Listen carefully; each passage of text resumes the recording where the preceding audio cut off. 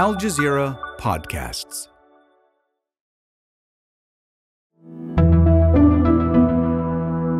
Today, a dangerous mission to uncover shark fin trafficking.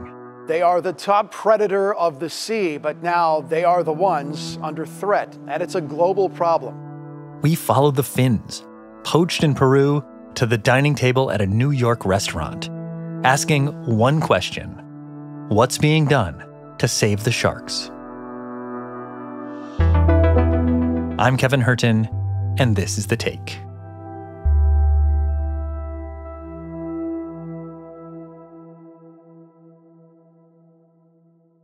So let's meet our journalist who went inside the hidden and dangerous world of the shark fin trade. I'm Josh Rushing, the senior correspondent for Fault Lines on Al Jazeera English. Josh, I saw in your report that 100 million sharks are harvested for their fins each year. Did I get that right? That seems like an insane amount of sharks.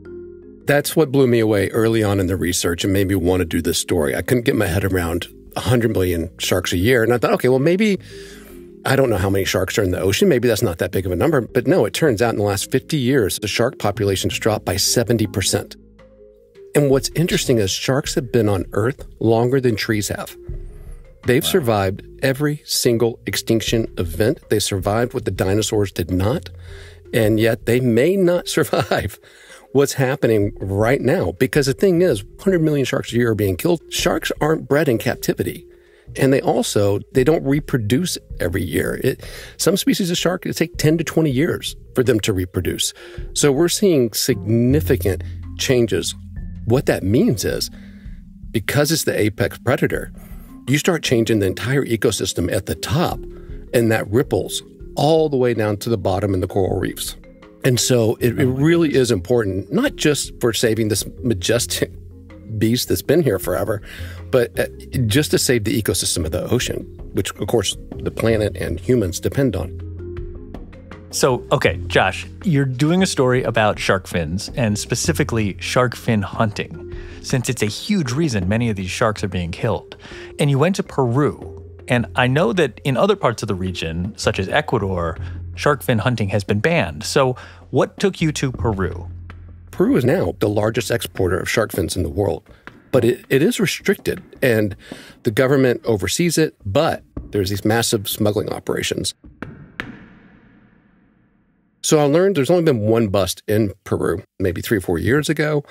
So we went to Chimbote, Peru, which is a flight from Lima and then a 2-hour drive.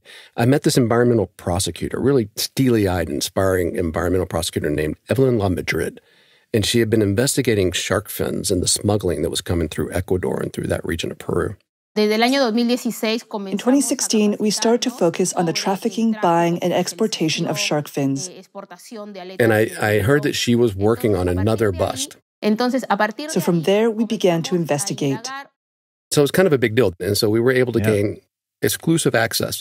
And we went down and we did some of our own reporting as well. And it turned out there were 9 different shark species found.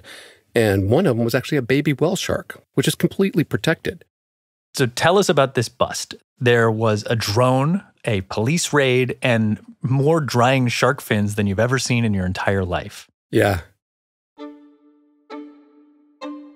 So what happened is Evelyn and her small team were surveilling a house that they've been watching for a couple or a few years. They had a suspicion that they were drying shark fins in there, but she didn't have enough evidence for a warrant to go in. But that didn't stop Evelyn and her team on their hunt to find the fins. And when you looked at it, it turned out the whole roof was just covered in shark fins. It's a 2-story house where they are drying shark fins. Drying shark fins is illegal. Illegal. And they had photographic evidence of all of it. So that gave them the evidence they needed to get the warrant and to go on the bust. And we were inside the whole thing, step for step. And Evelyn, as lead investigator, is leading every aspect of this raid. It was pretty intense, actually, because the fishermen are really against this. And I think it was right across from a fish market and right across from the bay where all the boats were parked and stuff. So all these fishermen started crowding around, and you had 30 riot cops out front to keep them back while Evelyn went in and served the warrant and kind of rushes to the top of the roof. And then there's this reveal of all these shark fins. More shark fins. Here are more shark fins. More shark fins. More shark fins. While they were waiting for a warrant, I, on a hunch, took our drone and went to another neighborhood near the harbor. And we just put it up over some neighborhoods, and we found much larger operation. For all her best efforts, and even on her best day of that bust, what she is struggling against is so much larger than her. But Peru is kind of a way station. Nearly 75% of shark fins that go through Peru are actually from Ecuador. And you went to Ecuador. So you went to the root of the problem. What did you find there? We did. We found a state in turmoil. I've been to Ecuador before, and it is different now. It really is. The two Mexican drug cartels have moved in, and it is one of the most violent countries in the world at this point, with these two cartels basically fighting over it. An Ecuadorian presidential candidate was shot as he got into a car at a campaign rally. Police say the candidate died from his injuries. He had campaigned against cartels and corruption. And not just the whole state, but particularly along the coast, because that's what the cartels want, are those shipping routes. So, of course, we're on the coast because we're looking into this shark thing. Yeah, they weren't really happy that we were there. We got into a fish market where they were bringing in just hundreds of sharks, big piles of sharks, and they're finning them right there. And we were able to get in and do some filming, but pretty quickly people got pretty upset, and we had to leave. And people were saying we were DEA. And that's you can't disprove it, because no matter what you say, they'll say you're undercover or whatever. So we had to leave Ecuador a lot quicker than we were intending to. But we saw the sharks coming in. We saw there was no one there regulating it. So Josh, this is pretty remarkable stuff. You barely get out of there alive. And when you did, you met with another Ecuadorian, someone very familiar with the shark fin trade.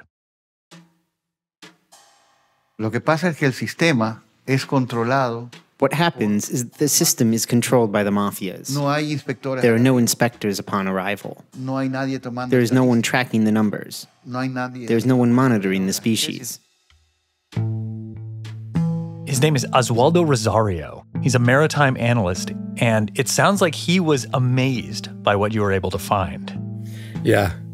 He does really significant work tracking these ships and these boats with satellite technology and stuff like that, so he can figure out the routes and what's going on and where they're getting the sharks. And he couldn't believe that we got into the market, the Santa Rosa market, where we did. And it made us kind of realize afterward that maybe that was as dangerous as it felt like it was while we were there. You did manage to talk to one smuggler in Ecuador. What are some of the secrets he shared with you about the trade? Well, I think the most shocking thing was he told us not only that he exports directly to the United States, but how he does it, by hiding it underneath the ice when they ship really large fish like swordfish or whatever. They stuff a bunch of shark fins under the ice.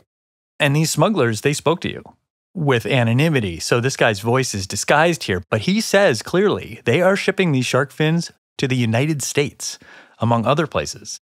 If we send a swordfish, that weighs about 200 pounds, which is pretty large. We'll send a certain amount under the fish. We send a little bit of shark fins that way. And since they don't just send a single crate, they send 10, 20, 30 crates. It makes for a pretty significant volume. The reason that was shocking to us is that shark fins are illegal in the U.S., the whole country federally. But they've been illegal in different states, like New York, for a good 10 years. And yet that's where he said they were shipping it to. So at that point, we knew we had to get out of Ecuador for our safety. But the story was leading us to New York. We've seen the supply side. What about the demand side? Josh and his team go undercover in New York City to buy some shark fin soup. That's after the break.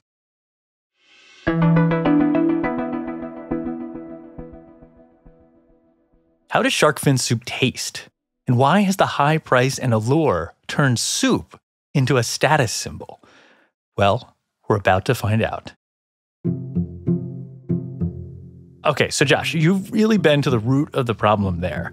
You're going to the other side, which is where the shark fin is theoretically consumed. What did you find in New York?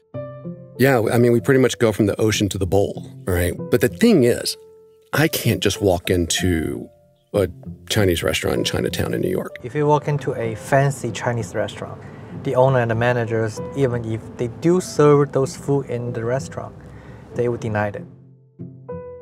So Josh hired this guy to do it for him. And because I couldn't access these places, we hired a professional undercover investigator. That voice you heard, that was the investigator. His voice is disguised. They see a stranger face or a new face. They will not take the risk because they know this is illegal. He's Chinese, and so we flew him into New York, and then we would drop him at different markets or restaurants or streets to see if he could find someone willing to sell shark fins. And he did. He found a back room at a restaurant that would set up a very elaborate meal for us and serve shark fin soup as the highlight of the meal. They were selling it under the table, right? I mean, did he have to negotiate? So it was definitely a negotiation to get in. He had to make a cover story for us. He said we were oilmen from Buenos Aires. And it was in the back room of a kind of restaurant that when we walked in, everyone stopped and watched us all the way through to the back room where they shut the door. And it was a very elaborate meal, several courses long. I had to pay in cash. Just to give you a sense of the economics of this, we had 4 people at this dinner, but they had prepared it for 5 for $3,600. Shark fin is an incredibly lucrative commodity. Ben Freitas, the manager of ocean policy with World Wildlife, compares these ridiculous prices to street drugs. I mean, the price per kilogram is equivalent to several different illicit drugs. Wow. Yeah. And then, while we're in the back room, the servers were over us kind of the whole time. So it was pretty tricky. But I was able at one point, when they were looking away, to drop some of the noodles. I just reached my hand into the bowl, pulled the noodles out, and dropped them into my lap, or I had like a little cup waiting, and then covered that with my napkin. Undercover reporting and polite table manners don't always go hand in hand. But the compromise was worth it, Josh says. We were able to get those noodles out and get them to a scientist down in Florida who DNA tested them and confirmed 100% that these were real sharks. The chef had told us that they were from South America, but because of the way it was cooked, it degraded the DNA to the point that we have not been able to identify the species. But we confirmed that it's shark fins. And here's the thing, they haven't had a bust in years. There should not be the sale of shark fins anywhere in the U.S. anymore. That's Ben Freitas again. So it's surprising that there is, and it's disappointing, but speaks to the challenges for really effectively implementing and enforcing these prohibitions. So the reason we did it is because we wanted to know from the Department of Environmental Conservation, the DEC, who should be in charge of this, why can I roll into New York in a weekend and get this? And they're responsible for this. We've asked them for an interview. We asked them for their statement. They really wouldn't engage. So just to be clear, you found all this evidence in one weekend. You brought it to the authorities, and the response was just nothing? They will not give us an interview. They would not respond to any of the evidence. And they won't even tell us how many shark fin busts they've had since it went illegal there. And what's interesting is they put out a press release when they had their first bust of shark fins in 2015 or 16. And so here they are, they're actually putting it out to the press, right? But now they won't even answer. Have there been any since then? I don't know.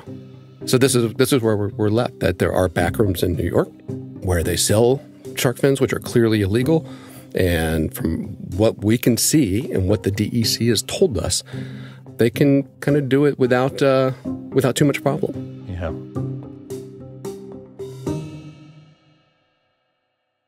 Josh, one of the most incredible things I learned in your report is that shark fin is flavorless. So all of these sharks are dying for a flavorless soup ingredient. Well, I think, Kevin, you're exactly right. The saddest part of the story is that they're not tasty. They're not good for you. They don't. So there's like, I guess, a myth or whatever that they increase virility. And so it's often served at weddings. But that's not true. It's just cartilage that's so terrible to eat. They have to boil it for like 8 hours to get it soft enough that they can kind of strip it into what looks like noodles. And then at our mill, they took that, stuffed it in a chicken and sewed the skin of the chicken around it and cooked that for like another 8 hours. So all you're tasting is chicken soup with this cartilage in it that isn't good for anyone. And it's so heartbreaking when you think that basically the reason it sells, the reason it has that value, is it's simply a status symbol. A lot of wealthy customers, like real estate investors, they love to eat shark fin. This, again with his voice disguised, is the chef that made Josh his bowl of soup.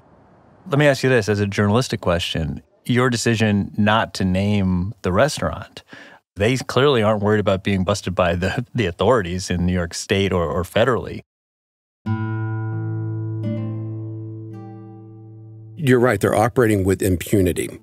The problem is the much larger system. And I think if authorities were doing their job and they actually busted these places, there may be more reticence to actually serve it.